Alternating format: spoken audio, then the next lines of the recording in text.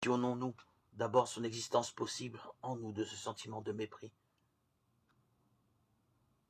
Il est très important de regarder qui nous avons pu mépriser ou méprisons encore.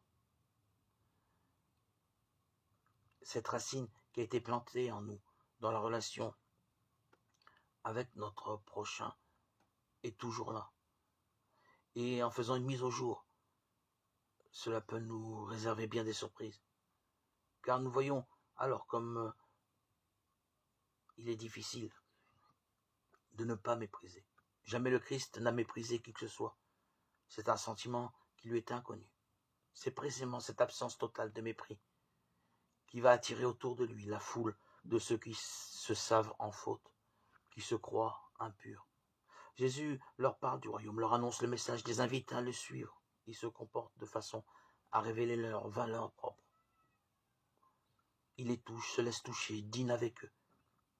C'est si merveilleux d'être accueilli pour ce que l'on est. C'est déjà une guérison très profonde.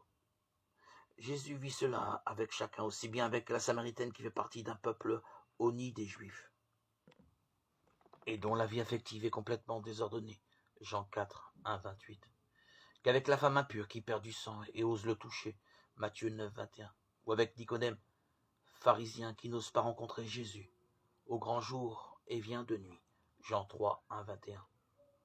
Il arrive que nous nous méprisions nous-mêmes. Nous oublions alors ou ignorons que nous sommes créés à l'image de Dieu.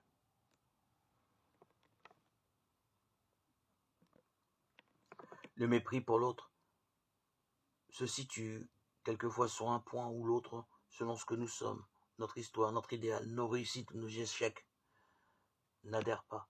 Nous pouvons mépriser l'un ou l'autre de nos parents, un membre de notre famille, une institution, une race, une classe sociale, les pauvres ou les riches, les intellectuels ou les manuels, une église. Si nous sommes méprisants envers qui que ce soit, c'est que nous n'avons pas vraiment pardonné.